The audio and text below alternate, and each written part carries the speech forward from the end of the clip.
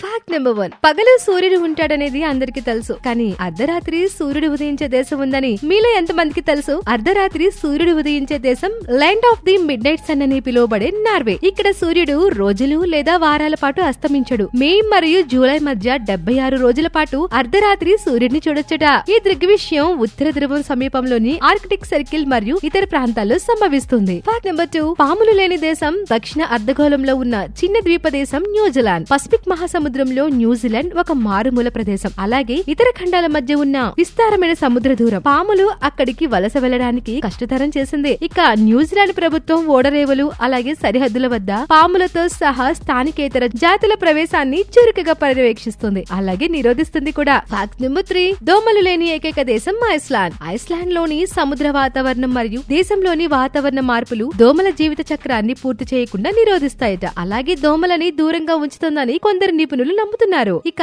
Malaria యొక్క మొదటి జాడలు 30 మిలియన్ సంవత్సరాల కంటే పాత దోమల అవశేషాల్లో కనుగొనబడ్డాయి. Fact number 4. దేవాలయాలు లేని దేశాలు కొన్ని ఉన్నాయి. అవి మతపరమైన వివక్ష లేదా మత స్వేచ్ఛ లేకపోవడం వలన కొన్ని దేశాలు దేవాలయాల నిర్మాణాన్ని అనుమతించవు. ఆలయం లేని దేశం సౌదీ అరేబియా. ముస్లిమేతరుల కోసం దేవాలయాలు మరియు చర్చిల నిర్మాణాన్ని నిషేధించే పూర్తి సార్వభౌమ అరబ్ ఇస్లామిక్ రాజ్యం Saudi Arabia. Fact number 5. Jail లేని దేశం నెదర్లాండ్స్. నెదర్లాండ్స్ లో జైలులో పెట్టడానికి నేరస్తులు లేక జైళ్లను మూసివేశారట. దీనికి కారణం నేరాల రేటు తగ్గటం మరియు న్యాయ వ్యవస్థలో సంస్కరణలు. కోర్టుకు వెళ్లే కేసుల సంఖ్యను తగ్గించడానికి నెదర్లాండ్స్ తన న్యాయ వ్యవస్థని మార్చుకుందిట. అలాగే ఇది కస్టడీ శిక్షకు దారితీసే తక్కువ కేసులకు దారితీసింది.